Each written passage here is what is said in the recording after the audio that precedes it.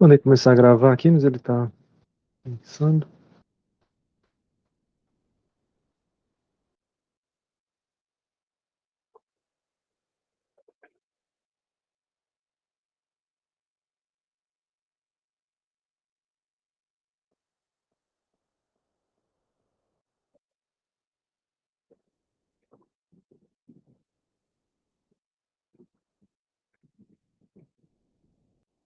Agora sim. Vou compartilhar minha tela.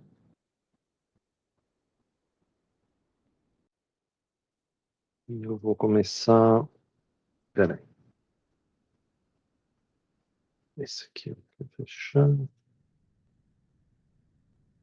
que eu vou precisar daqui é voltar num exercício da lista que a gente discutiu na semana passada. E eu tinha ficado bem em dúvida em relação ao que eu estava fazendo. Então eu queria voltar nele para esclarecer do que a gente estava falando.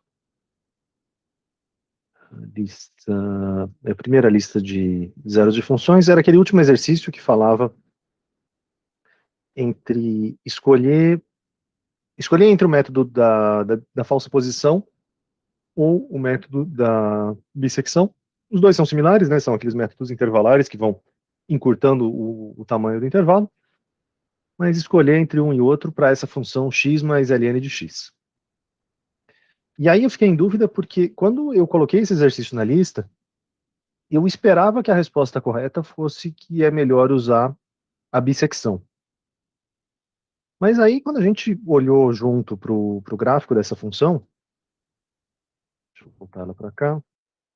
Então, aqui eu só coloquei um flag para poder alternar entre duas funções. Um primeiro caso em que é justamente essa função do enunciado. Então, x mais ln de x. No Scilab, isso vira x mais log de x.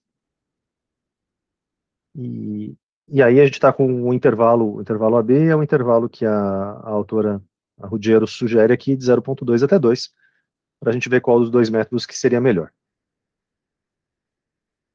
E, e aí, quando a gente roda isso aqui, a gente olha para um gráfico desse estilo. Um gráfico em que a raiz está por aqui, 0,50 e poucos. É, e a ideia da falsa posição é que a gente vai ponderar conforme a distância. Então, pontos que estejam muito distantes do eixo, teoricamente, esse extremo está mais distante da raiz do que esse extremo. Se a gente olhar só a função nos dois pontos, né, a função em A e a função em B, e é assim que a gente decidiria. E aí, quando eu olhei para esse gráfico, eu falei, mas está fazendo sentido a gente usar a falsa posição, e foi o que eu falei para vocês na semana passada. Aqui a gente vai rodar junto duas vezes, então rodar uma primeira vez com a bissecção, num intervalo considerado, e ele está precisando de 20 iterações, então 20 para bissecção, e com a falsa posição, o gráfico é o mesmo, tinha levado 20 da primeira vez, e levou 11 com a falsa posição, então era o que a minha intuição, é contrário à minha intuição, mas respeitando o que a gente olha para esse gráfico e vê que não está tão desequilibrado. Segue essa lógica de que quanto mais distante do eixo das abscissas, mais distante a gente está da raiz também. O que eu tinha imaginado na minha cabeça quando eu li o enunciado era alguma coisa como se fosse esse flag número 2. É uma função. Primeiro, deixa eu mostrar a função. É uma função logaritmo, só que deslocada nos dois sentidos. Deslocada no eixo. Transladada aqui no eixo x e também subindo ela um pouquinho. Subindo não, descendo, perdão. Ah, aí a gente faz isso para só para que a raiz não seja tão trivial, não seja exatamente no 1, mas é o mesmo procedimento. E como essa função aqui é só um log, a da semana passada era x mais log de x. E essa aqui é só um log, tirando essa mudança de variáveis, é só um log. Eu estou escolhendo um intervalo AB bem mais amplo. Então, o meu B eu aumentei de 2 para 2000. E aí a gente vê como é que a cara normal de uma função log. Função log é uma coisa que cresce bem devagar, né? Como a derivada dela é 1 sobre x, a função log cresce muito devagar. Por isso, a gente pode andar até 2000 e a minha função quase não saiu do lugar, ela está valendo 3,5. Então, esse é um caso em que, se a gente fizer uma coisa proporcional ao tamanho aqui dessa distância, a essa distância do f de b em relação ao eixo e do f de a em relação ao eixo, e se a gente usar isso como regra para fazer as próximas iterações, o que vai acontecer é que a falsa posição vai levar, levando aqui 24 iterações, e o método da bissecção, que teoricamente é mais burro, aqui está levando 21 iterações. Então, funções que têm um comportamento desse, que elas variam muito num certo ponto, mas depois elas não variam tanto, podem ser exemplos de problemas para usar a falsa posição, mas a diferença não é tão grande assim no número de iterações. Então, na prática, não é tão ruim você se ater a um método. Os dois vão funcionar sempre, porque eles têm essa propriedade de ir esmagando o tamanho do intervalo, mas era daí que vinha a minha confusão na semana passada, tá? Então, depende da função log e depende do tipo de intervalo que a gente está considerando também, para dizer qual que é melhor do que qual. Tudo bem em relação a isso? Tudo certo, Pro. Beleza. Bom, hoje a gente vai falar dos métodos, método de Newton, método da secante. Para falar bem resumidamente do método de Newton e também para esclarecer uma dúvida que alguns de vocês estão com relação à prova. Essa aqui é uma rotina que eu criei no MATLAB para fazer o método de Newton. E, bom, primeiro deixa eu rodar ela e a gente vai ver os resultados junto. Isso aqui é o mesmo que está no vídeo, né? A gente tem um ponto inicial x0, a partir desse ponto a gente calcula a derivada, calcula x1, calcula a derivada, e aí a gente vai se aproximando da raiz por meio dessas tangentes. Esse é o espírito do método de Newton. Para a gente calcular essas derivadas, a gente precisa, um jeito possível é a gente derivar analiticamente as funções. E a gente pode derivar isso na mão, ou a gente pode usar uma ferramenta computacional para isso. No MATLAB, a gente consegue fazer isso meio automatizado. Então, no MATLAB, eu estou plotando essa função f aqui, essa x exponencial de menos x ao quadrado, e eu consigo chamar com esse comando diff, eu consigo calcular a derivada primeira, e eu consigo calcular o diff do diff, que seria a derivada segunda, e assim por diante. No MATLAB dá para calcular de uma forma meio automática essas derivadas. Vocês no Scilab não têm essa possibilidade. No Scilab até existe um comando diff, mas o que ele faz é uma diferença finita. É basicamente o método da secante. Ele não calcula a derivada mesmo, ele simplesmente faz um ΔX, um ΔY, e aí ele aproxima a derivada por esse ΔY dividido por ΔX. Então, o comando diff do Scilab não quebra o nosso galho nessa hora. Vocês vão ter que calcular na mão, para implementar o método de Newton, o método de Halley, acho que é, no Scilab. Vocês vão precisar calcular a derivada primeira e a derivada segunda na mão. Não dá para automatizar muito isso. Tudo bem?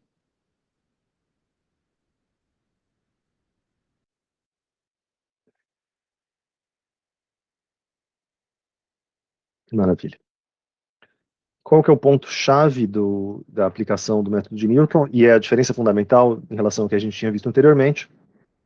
O método de Newton é extremamente sensível ao chute inicial.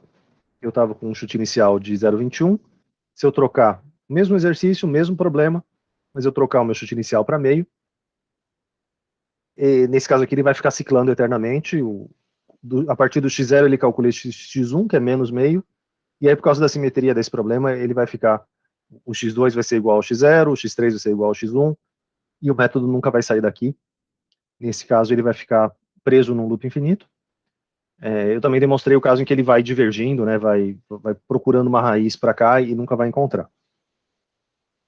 Eu fiz cálculo numérico faz quase 20 anos, faz 18 já. E eu lembro muito bem da minha aula de cálculo numérico, dessa parte de Newton-Raphson, e o meu professor falava que a nossa função como engenheiro era escolher esse tipo de chute inicial. A gente vai usar um método de prateleira, um método que o Newton desenvolveu há 400 anos. O que é a nossa contribuição? É fazer essa escolha desse ponto, por exemplo. E aí, eu, como todo bom graduando, obviamente não acreditei no que o professor estava falando. E anos depois eu me vi numa situação de. Eu tinha um problema de. Era otimizar a produção de farinha, a gente fazia um esquema de. A farinha de trigo você blenda ela, você primeiro quebra os grãos de trigo, peneira, e aí você depois mistura esses farelos diferentes para fazer farinha para pizza, farinha para bolo, farinha para biscoito. Eles são um pouco diferentes. E aí eu trabalhava com uma consultoria desse estilo e a gente queria fazer a melhor farinha possível, o jeito mais barato de fazer as farinhas. O que dá um problema matemático terrível. Parece que fazer farinha é só você martelar uma coisa e já vai sair a farinha, mas não pode ser mais complicado. E eu tinha um modelo de 30 mil variáveis e eu estava usando um solver que até parece com o método de Newton, mas era um solver um pouco mais parrudo, mas que o fundamento é parecido com esse, de descer pela tangente. E eu fiquei nesse projeto por, sei lá, uns 3 meses. Preso nesse projeto, preso no sentido de sem conseguir avançar. Até que a solução não era, o problema não estava no solver, o problema não estava no meu equacionamento, o problema não estava nos parâmetros que eu estava usando, o problema estava no chute inicial. E eu levei um bom tempo até descobrir isso. E é claro que com 30 mil variáveis você não sabe qual é a resposta, né? Aqui a gente pode olhar para um gráfico e dizer onde é que está o chute inicial. Naquele caso eu tive que escrever um outro programa que calculava o chute inicial, baseado em X outras coisas. Mas ali eu senti a verdade do que o meu professor de cálculo numérico tinha falado anos atrás. Essa escolha do chute inicial realmente não é tão trivial quanto parece nessas aulas, em que a gente consegue ver a raiz e falar, o chute inicial tem que ser por aqui. A coisa pode ser bem mais complicada. Mas a lição tem que ficar clara quando a gente está em uma dimensão, que a gente consegue enxergar as coisas e entender o que está acontecendo. Tudo bem, então, com esse preâmbulo do que a gente vai fazer hoje, do que é o método de Newton, o método da secante, diferença entre eles.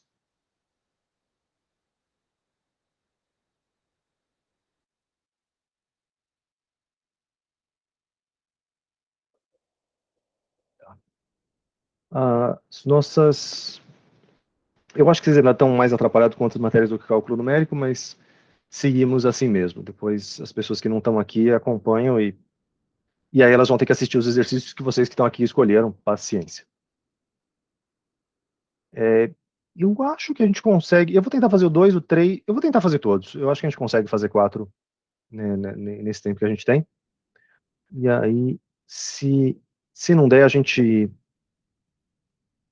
Eu deixo alguma coisa indicado, como aconteceu na semana passada, e tento dar pelo menos um esboço de ideia para vocês. Deixa eu abrir aqui para rabiscar algumas coisas.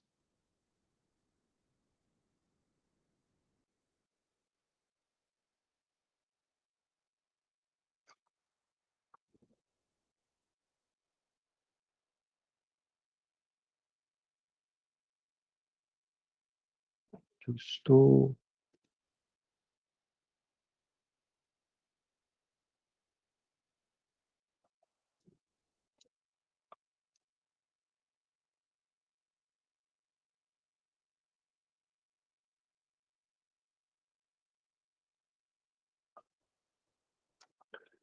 Vamos ao primeiro, que na verdade é o 2, né? Deseja-se encontrar a menor raiz positiva da função f de x igual a seno de x mais cosseno de 1x² menos 1, com x em radianos, usando o método da secante. Bueno. Vamos aproveitar que o Salab está aberto já aqui e traçar um gráfico dessa função. Eu vou limpar o que eu tinha antes na minha área. Então, clear, CLC, só fazer o gráfico bem rapidinho. Pelos valores que estão por aqui, eles estão indo, sei lá, de 0 até π, mais ou menos. Então, a gente pode fazer alguma coisa, um vetor x, começa em 0, tem um incremento de 0,01, para a gente fazer aquela discretização, aquela divisão do eixo, para conseguir realmente traçar uma curva. Isso vai até 3, por exemplo, vai ser suficiente. O meu vetor de y vai ser a função calculada em cada um desses pontos. Então, eu calculo isso como seno de x mais cosseno. O seno e o cosseno no Salab ele já faz automático. Seja fiz um vetor ou um escalar, ele funciona do mesmo jeito. O elevado é que eu preciso tomar esse cuidadinho, né? Não é só elevado, é ponto elevado, porque é um vetor, cada uma das componentes dele elevado ao quadrado, menos 1. Criei um vetor x, criei um vetor y, os dois vetores têm a mesma dimensão, e assim eu consigo então plotar y em função de x. E aí eu tenho uma curva seno e cosseno, tem oscilações como era de se esperar, e a gente vai ter então um primeiro zero que vai estar aqui, por volta de 2, um segundo zero que vai estar por volta aqui de 2,5. A nossa primeira aproximação, a gente vai partir de x0 igual a 1, então a gente vai ter um ponto aqui, x0 igual a 1, e o x1 igual a 3. Então o meu x1 vai estar aqui embaixo. x0 igual a 1, x1 igual a 3. Como é que são as iterações do método da secante?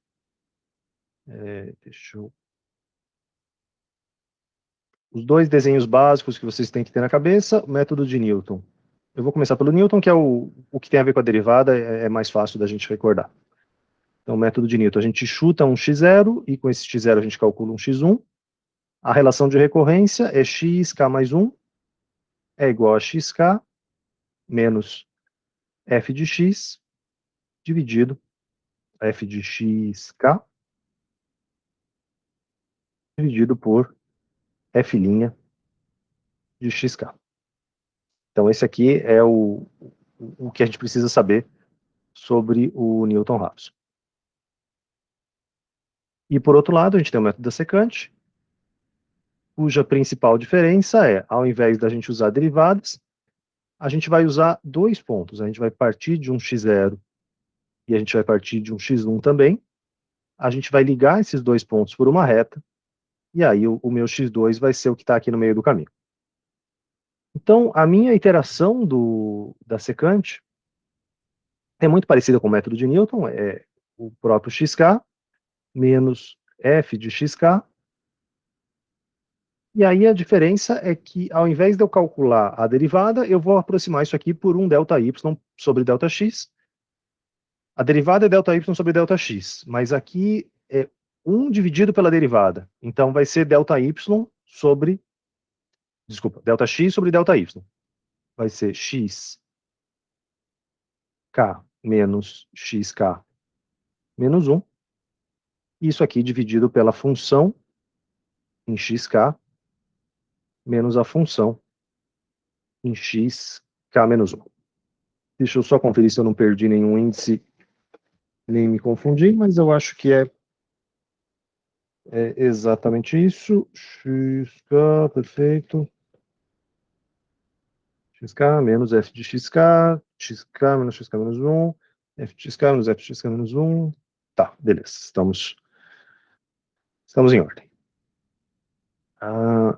A gente, então, pode aplicar esse método a essa função.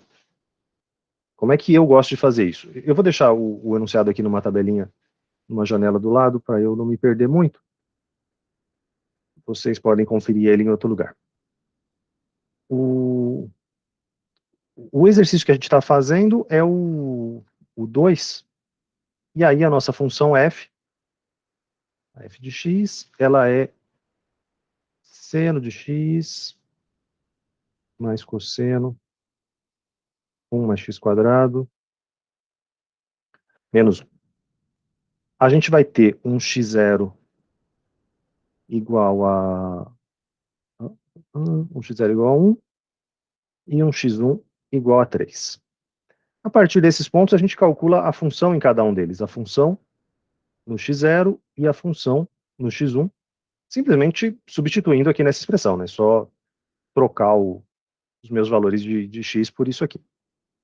Então eu vou reaproveitar aqui no meu Scilab, eu vou fazer com que o meu x seja igual a 1, e com a setinha para cima eu volto no comando anterior e uso a mesma expressão, talvez sem o ponto e vírgula para ficar mais claro.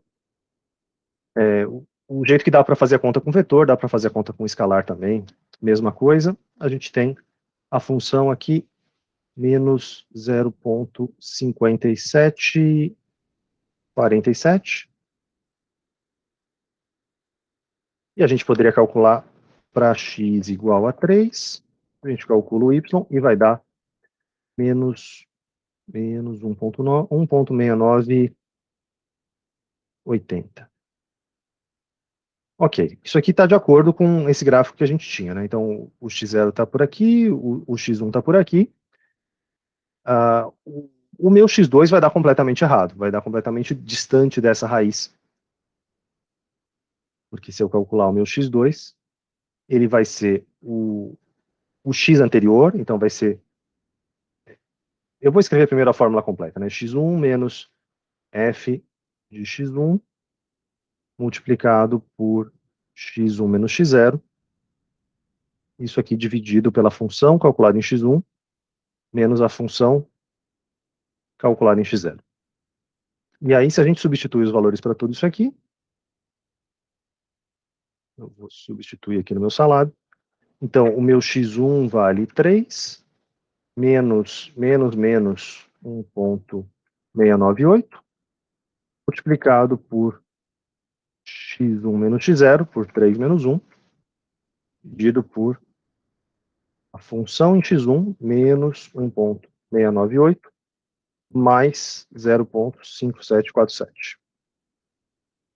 E esse aqui vai ser, então, o meu x2, como sendo 0,02323.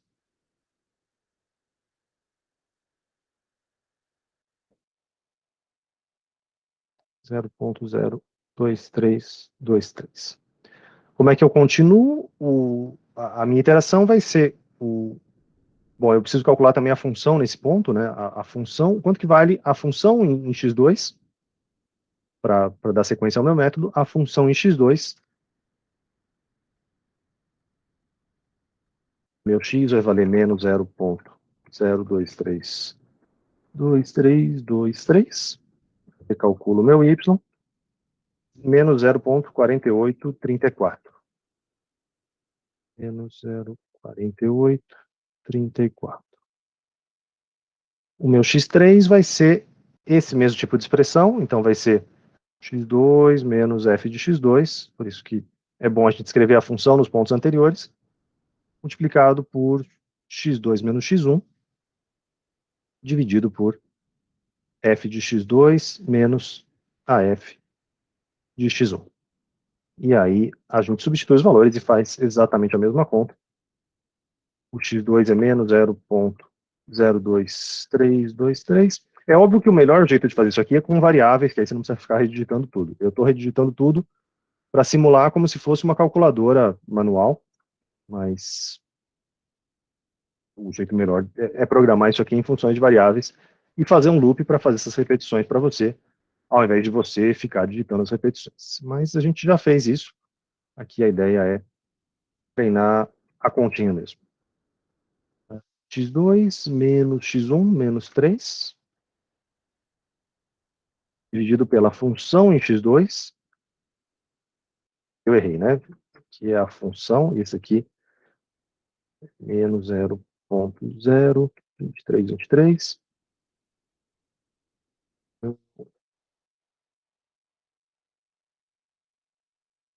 Deixa eu conferir. Eu estou escrevendo o x2 menos a função no x2, multiplicado pelo próprio x2 menos x1, que era 3, dividido pela função nele, menos 0,4834, menos a função no x1,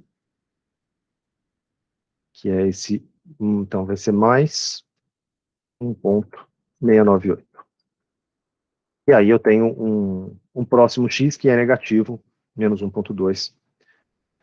É a intuição que a gente pega, só de olhar esse gráfico. Você tem o 1 e o 3, você vai ligar, você vai ter um próximo ponto que está por aqui, e aí você vai usar esse ponto e o 1, e aí você vai ter uma outra inclinação que está por negativo. Esse é um caso em que claramente o método da secante não vai conseguir encontrar essa raiz. Você escolheu um intervalo que, se fosse... Aqui não é exatamente, mas se a gente pensasse pelo método da bissecção, por exemplo, é quase como se a gente tivesse englobando, né, fazendo uma inclusão da raiz. Não é exatamente o caso da bissecção, porque para a bissecção a gente tem que ter uma mudança de sinal para garantir que tem uma raiz. E aqui, tanto no 1 a função é negativa, quanto no 3 a função é negativa. Mas tem essa ideia de que a raiz original está contida no intervalo que você está chutando. Está chutando entre 1 e 3, mas isso não quer dizer que o seu método vai ficar restrito a esse 1 e 3. Você chutou mais ou menos ao redor da raiz, mas o método pode te levar embora, ou pode funcionar. Depois vocês podem testar os outros casos, e vocês vão ver que pequenas alterações nesses valores podem fazer grande diferença quando a gente está falando do método da secante ou método de Newton.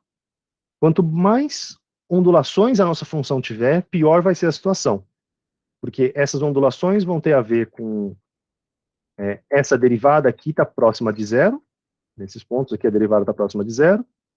Isso vai ter a ver com essa função aqui ser grande em módulo, e aí é aquela nossa aula do ponto fixo, de que se essa função de iteração, se a gente escreve essas coisas como pensando como um ponto fixo, pensando xk mais 1, sendo uma função φ genérica, que dado um xk te calcula o próximo, se a derivada dessa função φ, se o módulo disso aqui é menor do que 1 para qualquer x, isso aqui é a nossa garantia de convergência. Então, quando a gente não está satisfazendo essa condição, em geral é porque a nossa derivada primeira está se aproximando de zero, e aí tudo pode acontecer. Tudo bem com esse primeiro?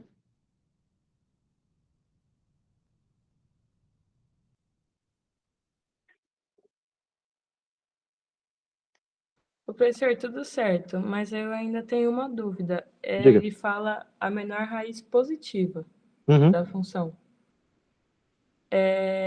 Qual que é a condição que a gente vai precisar colocar para ele pegar só a positiva? Você não consegue colocar a raiz positiva. Esse justamente é o problema. A gente está vendo aqui no gráfico que a menor raiz positiva está por volta do 2. Mas se você fizer o método, ele está procurando coisas aqui para o negativo. Talvez ele encontre uma raiz negativa, talvez ele divirja, pode acontecer qualquer coisa. A situação aqui é, imagina, não é o caso, mas, por exemplo, no nosso problema da avaliação, que você tem que calcular um diâmetro. Você quer calcular um tamanho de uma tubulação, você sabe que essa variável só faz sentido se for positiva. E aí você pode chutar valores que são positivos também, que parecem fazer sentido, e o seu método vai divergir, ou vai encontrar uma raiz que você não tem interesse. Você não tem controle sobre isso. O que a gente pode controlar é a escolha do chute inicial, é mudar um pouquinho esse chute inicial, e aí às vezes isso vai resolver, mas às vezes isso também não vai resolver. Às vezes você vai ter que trocar de método, você vai ter que reescrever a sua função de alguma outra forma, podem acontecer situações mais delicadas. Então a gente não tem garantia nenhuma, realmente esse método é melhor que a bissecção, no sentido de que ele converge mais rápido quando converge, mas ele pode simplesmente dar errado.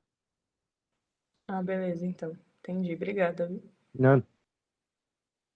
É meio desagradável, né? Que a gente gasta esse tempo todo desenvolvendo algoritmo, fazendo um monte de conta, e ele funciona às vezes. Mas ele é o melhor que tem. Quando ele funciona, ele é o melhor que tem.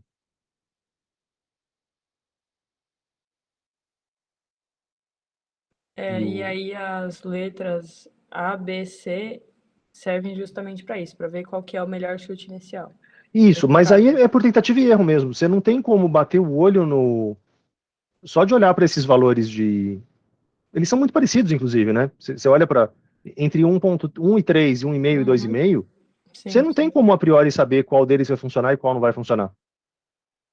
Ainda se você tiver calculado a derivada em todos os pontos, você poderia fazer essa estimativa daquela φ, mas em geral calcular essa derivada também não é fácil. E no caso multidimensional, você não vai conseguir saber o que acontece com essa função para todas as combinações, em todas as direções possíveis que as suas variáveis podem mudar. Então acaba funcionando muitas vezes na tentativa e erro. Apesar de ter essa garantia formal matemática, acaba sendo meio tentativa e erro, sim. Tá certo, então. Beleza?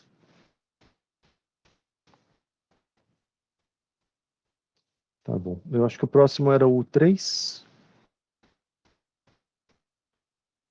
Isso. O 3 é um pouquinho difícil porque ele tem alguns conceitos de engenharia que também vocês ainda não viram no curso.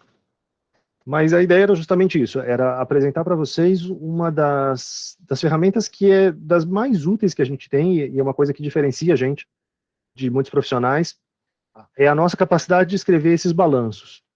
Os balanços são equações diferenciais, então a gente está vendo aqui uma equação que tem uma derivada no tempo, que nos permitem fazer essas previsões do futuro, prever como é que uma certa variável vai evoluir no tempo. E a regra básica desses balanços pensa numa caixa d'água. A variação que vai ter na sua caixa d'água é a diferença entre o que está entrando e o que está saindo. Se está entrando mais do que está saindo, a sua caixa d'água vai subir. Se está saindo mais do que entrando, a sua caixa d'água vai esvaziar. O grosso do grosso é isso. E esses termos W e menos QC são exatamente isso, é a entrada e a saída. Se a gente trabalha com sistemas químicos, a gente pode ter reações acontecendo também, que não vai acontecer na sua caixa d'água. E aí as suas reações podem adicionar material no seu sistema ou tirar material. Aqui, pelo sinal negativo, a reação está degradando esse poluente, está consumindo esse poluente. Então, essa equação vai predizer a evolução do comportamento dele no tempo. Se a gente zerar o termo da derivada, a gente vai estar procurando o que a gente chama de uma solução estacionária. A ideia disso é que, se você fizer um gráfico, de como é que seria, ao longo do tempo, como é que variaria a concentração desse poluente. Lógico que você precisa resolver essa equação diferencial para alguns valores dos parâmetros todos, mas ela pode ter uma cara mais ou menos assim. Ela começa numa certa concentração inicial e ela vai evoluir até chegar num novo patamar. É a sua caixa d'água estabilizando num nível diferente, se você abrir a torneira ou fechar a torneira. E essa concentração aqui, em que as coisas se estabilizam, nesse ponto a gente consegue ver que a derivada da concentração em relação ao tempo é igual a zero. Ela estabilizou e ela vai ficar parada nesse valor até o tempo infinito. Então, achar a solução estacionária é isso, é zerar esse termo e procurar uma solução para a equação nessa forma. Então, para a gente resolver o problema, a gente nem precisaria disso. Aqui é só pela cultura geral e pela formação de vocês. Eu vou fazer uma iteraçãozinha só do Newton-Raphson, porque eu acho que o mais interessante é a letra B, mas, em todo caso, é bom a gente também falar um pouquinho do Newton-Raphson.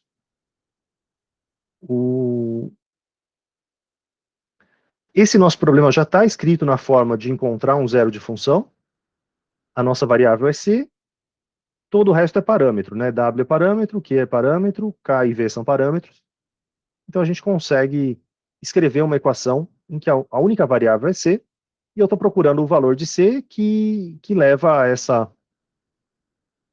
que é o zero dessa função. Esse C0 que está aqui é a aproximação inicial do método, é o equivalente do nosso X0, não tem nada a ver com esse C0 que eu tinha escrito aqui, tá? Esse C0 era um C0, melhor eu até trocar isso aqui, eu fazer isso aqui a rigor é C no tempo igual a zero, de vez em quando a gente também usa aquela notação, mas é isso que eu estou querendo dizer, né? No tempo zero eu tinha uma certa concentração, não confunda. Bom, a minha função, então, a minha f de C, ela é igual ao W, que é 10 a sexta, menos Q, que é 10 a quinta, vezes C, quinta C, menos K vezes V, então eu já vou fazer a conta direto, isso aqui é 2,5, 10 a quinta. É isso mesmo? Isso. 2,5, 10 a quinta. Eu vou escrever com vírgula para poder usar o ponto aqui, 2,5 vezes 10 a quinta, multiplicado pela raiz de C. Essa é a nossa função. Para a gente fazer o método de Newton, a gente precisa calcular a derivada da função. Então, quando a gente tem uma função simples dessa, a gente consegue derivar na mão, sem grandes dificuldades. Às vezes a coisa é um pouquinho mais complicada, e aí você pode usar o MATLAB, pode usar o Wolfram Alpha, alguma coisa assim, para te calcular a derivada. Em todo caso, calcular a derivada é sempre mais fácil que calcular a integral. Não é um problema. Então, menos 10 à quinta, que é a derivada do primeiro. Esse c, a gente vai pensar nele como c sendo elevado a 1 meio. Então, vai cair esse 1 meio para cá, vai dar menos 1,25 vezes 10 à quinta. Isso aqui, e aí vai sobrar c elevado a menos meio, né, quando a gente tira 1. Ou seja, isso aqui dividido pela raiz de c. Essa vai ser a derivada da minha função. E aí, com essas duas informações, eu consigo aplicar o método de Newton, aplicar essa relação de recorrência aqui, o, o nosso ponto x1, C1 no caso, né?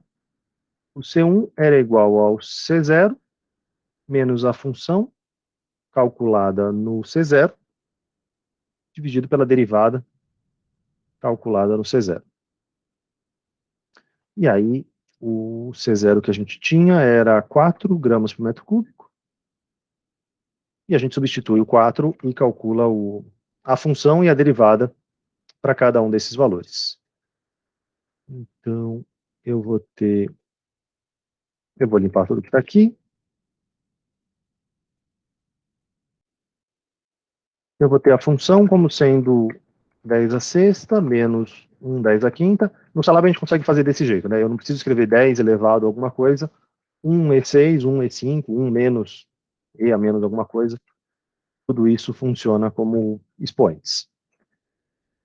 São vezes C menos 2,5 vezes 2,5 E a quinta, dá para fazer também dessa forma, vezes a raiz de C. Essa é a minha função. 10 à sexta menos 10 à quinta C, menos 2,5 vezes a raiz de C. Se eu rodar desse jeito vai dar errado, porque eu não falei quem é o C. C são 4 gramas por metro cúbico. Então a minha F são exatamente 10 à quinta. 4 menos 10 à quinta, dividido. E aí a minha F', ela é igual a menos 1 10 à quinta, menos 1,25 10 à quinta, dividido pela raiz do mesmo C. E aí ela é isso aqui, menos CC 162,500. E aí o meu novo C vai ser 4, eu já vou juntar esses dois sinais, 4 mais 10 à quinta dividido pela derivada, 4,616, 4,616, 4,616 gramas por, as coisas têm unidade aqui, né? Gramas por metro cúbico.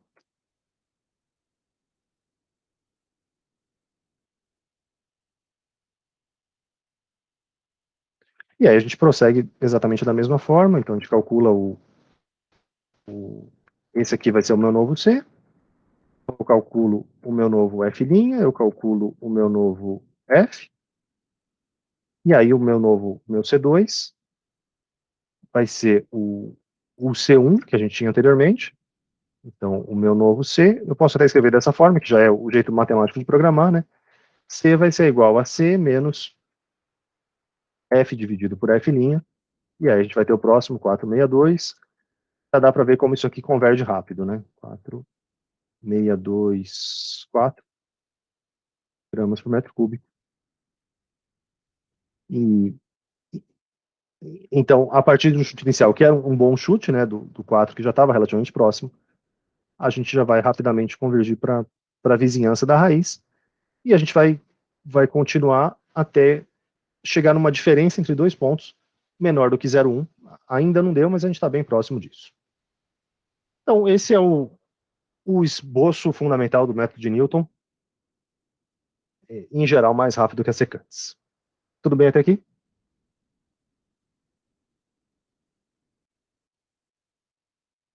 Tudo certo, Pro. Maravilha. Agora a gente vai falar do ponto fixo. A ideia do ponto fixo é a gente isolar a variável c de alguma forma. E aqui, como a variável c aparece em duas posições, Se a gente isolar primeiro essa raiz, se a gente jogar esse termo da raiz para o outro lado, passar o KV dividindo e depois elevar todo mundo ao quadrado, eu teria iterações dessa forma: C igual a W menos QC dividido por KV, todo mundo ao quadrado. Se eu isolar esse termo aqui do meio, se eu passo esse QC para o lado de lá, depois eu divido por Q, eu vou ter então W menos KV raiz de C dividido por Q. Nos dois casos, isolar entre aspas, porque a gente não consegue isolar completamente. Eu vou ter C de um lado e C do outro. Essas vão ser as minhas duas funções de iteração. As duas. Eu vou continuar aqui embaixo, que é o mesmo exercício. Então, eu vou fazer aqui a letra B. Eu vou ter uma primeira função de iteração, que ela é W menos QC dividido por KV ao quadrado. Eu vou escrever, para ser um pouquinho mais explícito, eu vou escrever φ1 de C, porque é uma função φ, não que é. φ1 de C é uma função, a primeira função de C, que vai dar o ponto fixo, o método do ponto fixo, não necessariamente vai chegar no ponto fixo. E a segunda função é isso aqui, W menos KV raiz de C dividido por Q. Como é que a gente sabe se isso aqui vai convergir ou não vai convergir? A gente tem que olhar para a derivada da função, dessa função de iteração, derivada em relação à nossa variável em questão, então, no caso, a derivada em relação ao nosso C. Ou seja, essa nossa primeira φ1, ela vai ter uma derivada, uma φ1' de C, a primeira derivada, que isso aqui é só um quadrado, né? Então eu posso tombar esse quadrado aqui, então 2 vezes W menos QC sobre KV, e aí eu tenho uma regra da cadeia, eu vou ter a derivada do de dentro. Tomar cuidado que aqui o nosso de dentro, o que está multiplicando o C, é menos Q dividido por KV, não esquecer dele. Então, essa primeira derivada não está cabendo, maravilha. Isso aqui, tananã, multiplicado por menos Q sobre KV. Essa é a derivada da primeira. A gente calcula para a segunda função, a gente calcula também da mesma forma, φ2' de C. Esse W sobre Q é uma constante, né? Não depende de C, então esse W sobre Q nem vai aparecer na conta. Na derivada, vai me aparecer o KV que já tinha antes, multiplicar, na verdade, dividido, né? Ops.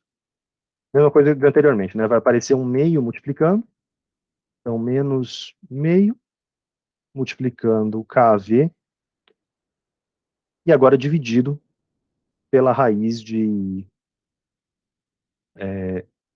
C. Bom, se eu não errei nenhuma conta, essas são as derivadas. Acho que não. Vou confiar, mas se vocês enxergarem alguma bobeira matemática, me deem um grito. Ok. Essas são as funções. E a gente precisa saber em que casos como é que variam essas funções, né? Quais são os valores dessas funções em uma situação e na outra. A gente vai considerar aproximações iniciais entre 2 e 6 gramas, né? A nossa raiz está em 4 gramas por metro cúbico, então a gente vai considerar aproximações entre 2 e 6. Eu vou usar de novo o Salab para me ajudar. Eu vou ter um vetor de possíveis concentrações, começa em 2, tem um incremento de 0,01 porque eu quis, e vai até o 6. E eu vou calcular essa φ1. Essa φ1 claramente é uma reta, né? A gente tem ela, dá para ver que o único C que aparece está aqui, então vai ser uma reta, só que ela vai depender dos outros parâmetros. Vai depender do W, que é 10 a sexta, é 10 a sexta, o V também é 10 a sexta, com unidades diferentes. A é 0,25 e o Q é 10 a quinta. Tá. O Q 10 a quinta. Com os parâmetros vai ficar mais fácil de digitar. A minha função φ1 vai ser igual a 2 vezes W menos Q vezes C. Isso aqui dividido por... Eu vou primeiro multiplicar todo mundo. Multiplicar os numeradores. W por menos Q dividido por AV ao K ao quadrado, V ao quadrado. Certo? Que é a mesma coisa. 2 vezes W menos Q vezes C. Tudo isso multiplicado por menos Q. AV ao quadrado. Tá. Só que, lembra que esse C é um vetor, tudo o resto é escalar, né? Então, essas multiplicações dá para fazer, mas essa divisão aqui eu tenho que colocar um ponto dividido para eu poder ter um vetor de resultados. E aí, dessa forma, a minha φ1 vai ser uma, alguma coisa com o mesmo tamanho, né? φ1 vai ser um vetor com o mesmo tamanho que o meu C. E aí, quando eu vejo o gráfico dessa função está em módulo, né? O que interessa para a gente é o módulo. Está entre 1 e 2,5. Essa derivada aqui está sempre maior do que 1 em módulo. Então, essa primeira φ não é uma candidata boa para a gente poder fazer as iterações do método do ponto fixo. Por outro lado, a gente torce para que a outra seja vezes K vezes V, dividido pela raiz de C, e aqui também, de novo, eu acho que aqui nem precisa.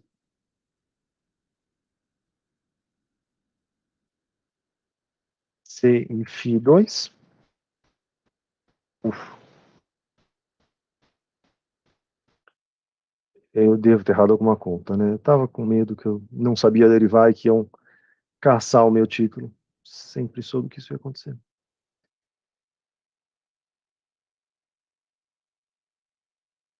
O que eu derivei errado nisso aqui?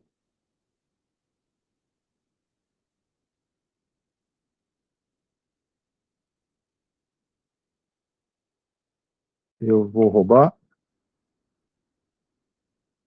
Minha função original era W menos Q vezes C, dividido por KV.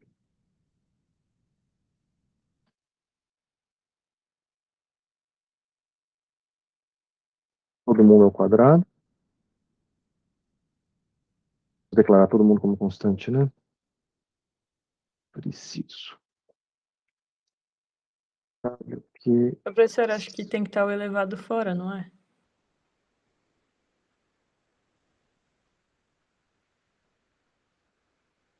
você tem razão. Também tem esse outro erro adicional. Mas eu também não tinha declarado as outras variáveis aqui, então Ah, eram tá. duas coisas erradas.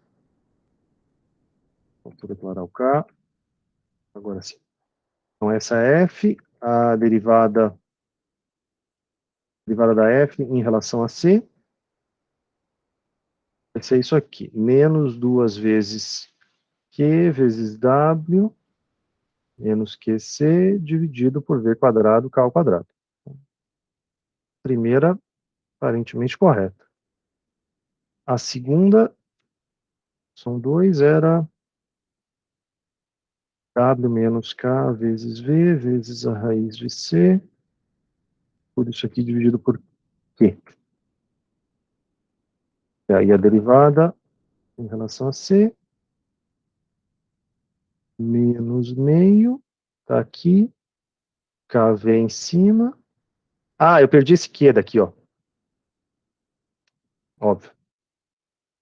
Aqui tinha um Q multiplicando, certo? Porque o que está multiplicando o C é KV dividido por Q. Foi ele que eu tinha esquecido. Então, na verdade, a minha φ2, Q vezes isso. Faz uma bela diferença. E aí, essa segunda função, o Scilab não fecha, né? Ele plota em cima do mesmo gráfico anterior, por isso que não mudou nada. Essa outra função, em módulo, está sempre menor do que 1. Então, sempre menor do que 1 nesse intervalo, né? Se a gente tivesse chutado concentrações menores, ela podia até fugir da faixa. Bom, Júlia, obrigado. Você tinha avisado e eu esperei alguém falar comigo e eu não tinha visto. É, nessas horas que eu estou fazendo burrice, alguém me dá o grito, tá? Porque às vezes eu esqueço de olhar no chat, então pode me interromper. Mas é isso mesmo. Então, o método do ponto fixo, quando você olha para a cara olhando para essas funções, você não consegue saber qual vai funcionar, qual não vai funcionar. Mas você tem essa vantagem de conseguir testar a partir do cálculo da derivada dessa φ. De novo, vocês vão usar esse método do ponto fixo, por exemplo, em termodinâmica, em algumas matérias que vocês precisam resolver equações de graus mais elevados. É comum a gente usar isso. E também é comum a gente fazer as iterações sem testar essa garantia antes. É bom que vocês saibam qual é o método, mas o custo computacional de fazer algumas iterações disso e ver se está convergindo ou não é tão alto, então, na prática, nem sempre você vai precisar testar. Mas é bom você ter esse tipo de garantia, porque como é muito fácil da gente errar alguma continha, como eu acabei de fazer, é bom você saber se aquilo ali deveria funcionar e você errou a continha, ou se você já está numa situação mais arriscada. Beleza em relação ao ponto fixo?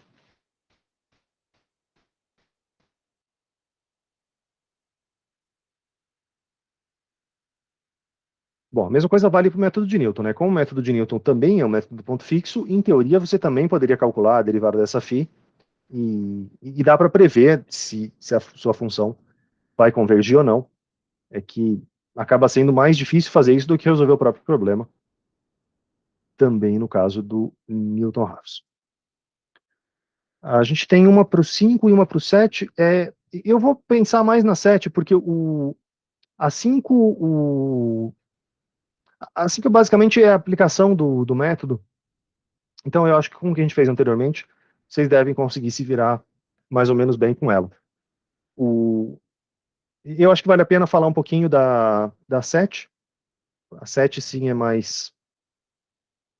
é um pouco mais teórica, é um pouco mais difícil, então vamos falar da 7. Se vocês realmente não conseguirem fazer a 5, depois vocês me falam. A gente está considerando uma equação aqui super simples, então x ao quadrado igual a b, a equação. A gente sabe que a resposta dessa equação é a raiz de b. É aí trivial. A gente vai fazer uma iteração do ponto fixo com uma φ dessa forma. Então essa aqui é a nossa φ de x. A φ de x é igual a b sobre x. Isso aqui vem da ideia de que a nossa equação, o nosso problema original era x ao quadrado menos b é igual a zero, então eu posso reescrever isso aqui como sendo x ao quadrado igual a b. Eu posso reescrever isso aqui como sendo igual a x igual a b sobre x. E aquela ideia de isolar o x, entre aspas, deixando um x do outro lado.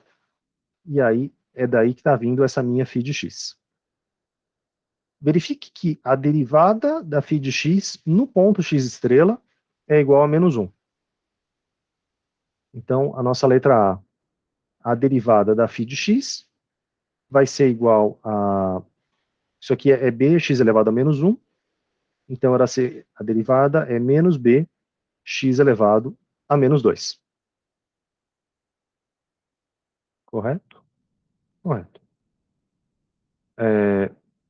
Eu quero calcular no ponto x estrela, no ponto φ de x, φ de x estrela,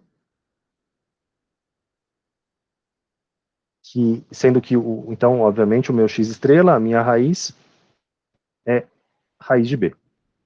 Φ do x estrela vai ser menos b x estrela elevado a menos 2, que no caso, então, vai ser menos b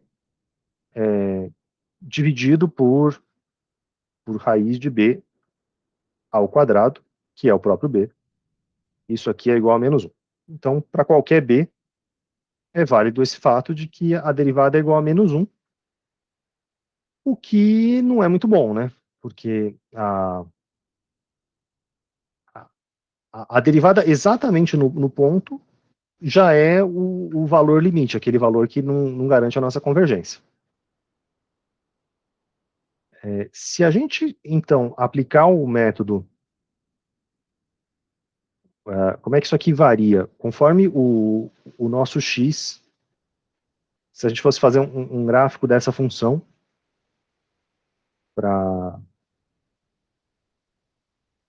deixa eu pensar. Vamos considerar vamos fazer um exemplo simples, um b igual a 4, então a gente sabe que o nosso x estrelas seria igual a 2. Se a gente fosse fazer um gráfico da... tem um quadrado aqui, né? Então, se a gente fosse fazer um gráfico de... Isso aqui que eu quero traçar. O mesmo no caso anterior, eu quero traçar a derivada da φ, não da função original, mas a derivada da φ, em relação a x, mais ou menos nesse entorno da nossa raiz.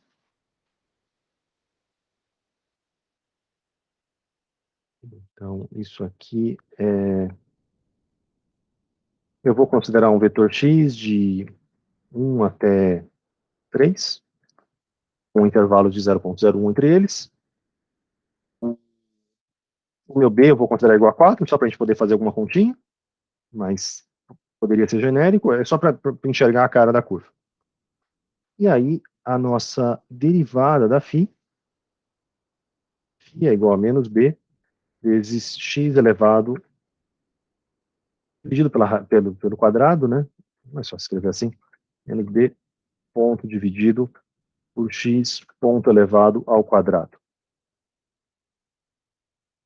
Essa é a nossa φ, e se a gente plota essa é a nossa filhinha, né? A rigor, meu nome de variável não foi bem dado. Se a gente plota a função, no ponto 2, no ponto que é a raiz, a derivada está a menos 1, como a gente já concluiu. Se a gente chutar valores aqui por esse intervalo, então, se a gente chutar valores maiores do que a raiz, a nossa derivada está entre menos 1 e 0, então a nossa derivada está em valores aceitáveis. E se a gente chutar valores para o lado de cá, o nosso método não vai funcionar tão bem. Tá? Então vamos... Sei, acho que ela nem pede para a gente chutar alguma coisa.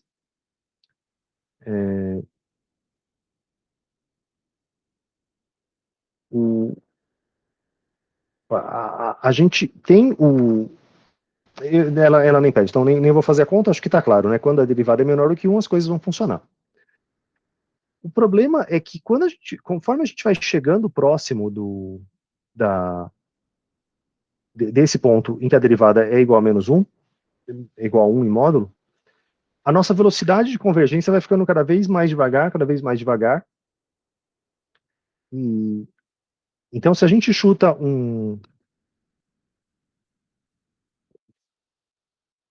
eu vou fazer algumas iterações que acho que fica mais claro. Se a gente começa, por exemplo, de um x0 igual a 3, nesse caso, a gente teria que o meu x1 é b dividido por x. O meu b, nesse caso, eu estou considerando 4, mesmo caso de antes. Então, o meu x1 seria igual a 4 terços. E aí, o meu x2 seria o b dividido pelo x1.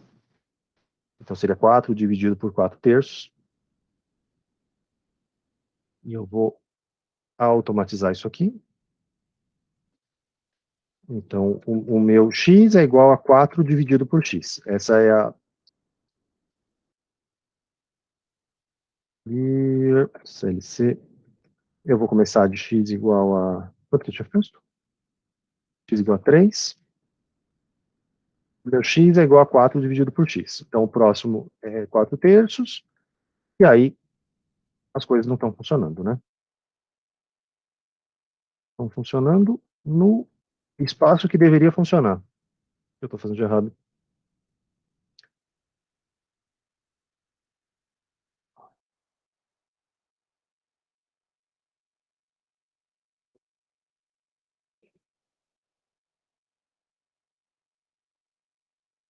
Que ela não funcione nesse pedaço aqui, beleza. Mas... Ah, tá, faz sentido. O, e eu chutei esse x aqui, e aqui nesse ponto a minha derivada era menor do que 1. Então nesse ponto até que estava tudo bem. Só que a minha primeira iteração me jogou para um ponto do lado de cá. O 1.33 vai estar do lado de cá. A gente só garante que esse método vai convergir se a gente tem a derivada menor do que 1 em todo o intervalo, né? É aquela condição da φ. Essa condição da φ é uma φ de x em todo o intervalo, aí a gente pode garantir que as coisas vão funcionar. Nesse caso, eu acho que é isso que está dando problema.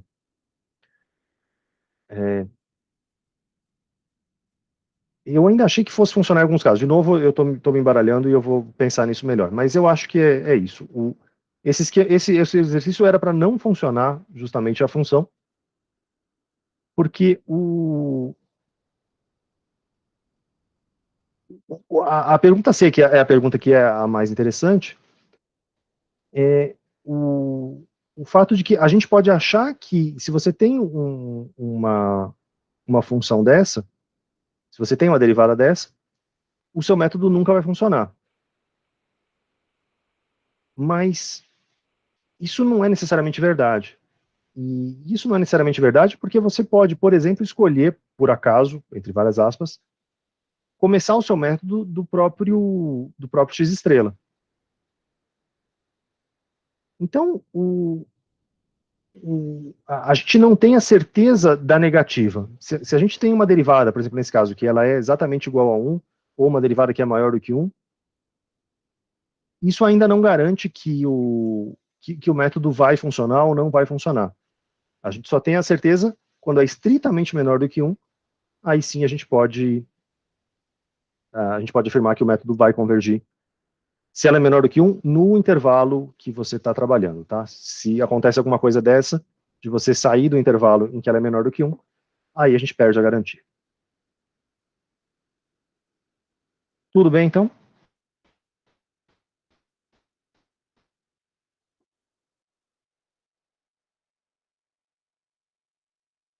Tá. Bom, esses são, então, os dois métodos que a gente ia trabalhar hoje, secante e Newton, os dois bastante similares, um usando derivada primeira, o outro aproximando a derivada primeira.